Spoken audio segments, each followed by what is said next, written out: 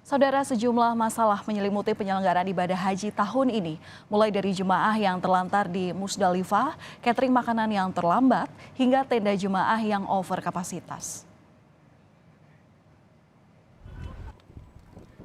Tidak hanya beradaptasi dengan cuaca panas di Arab Saudi, jemaah haji Indonesia juga harus menghadapi berbagai tantangan selama di Tanah Suci. Ya, saat puncak haji, jalur dari Musdalifah menuju Mina sempat mengalami kemacetan parah.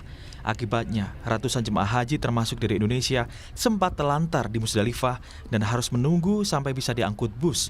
Total ada 25 kloter jemaah yang harus menunggu giliran menanti bus menuju Mina. Jadi kalau dibilang terlantar itu bukan sesuatu yang hiperbola ya Pak Kavi ya? Memang fakta. Keterlantaran ini karena akibat terlambatnya bus. Kan seharusnya kan jam 8 pagi seluruh jamaah yang di Musdalifah itu kan paling lambat sudah dievakuasi semua ke Mina.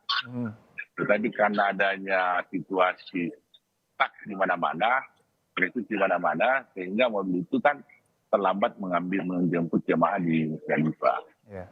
Nah, cuma memang kita sayangkan karena ketika mereka harus menunggu selama kurang lebih 6 jam, jamaah kekurangan air minum, tidak ada pasokan makanan, itulah yang membuat situasi menjadi sangat kronis.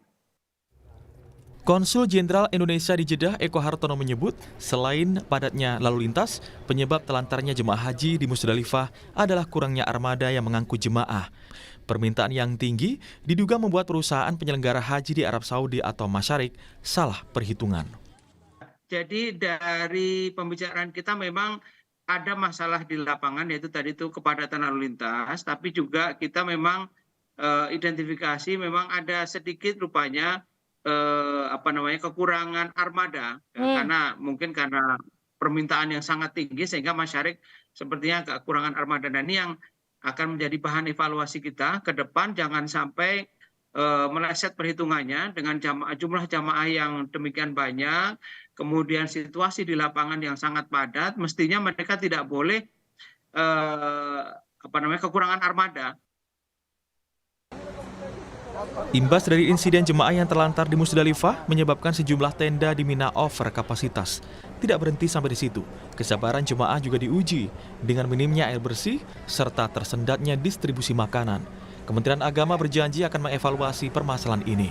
Kita di sini juga menyaksikan beberapa layanan yang perlu ditingkatkan lah, terutama pada hari pertama kemarin ya, untuk sanitasi ya.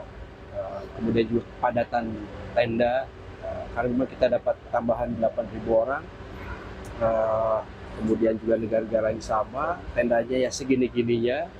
Nah, ini juga menjadi bahan bagi kami untuk refleksi ke depan. Sebetulnya kuota yang paling rasional itu bagi jamaah Indonesia dengan kesediaan tendanya yang proporsional, itu yang kita pilih ke depan. Ada beberapa maktab ya, atau tenda kompleks lah ya di sini yang asupan untuk air bersihnya agak tersendat, infrastrukturnya belum sempurna.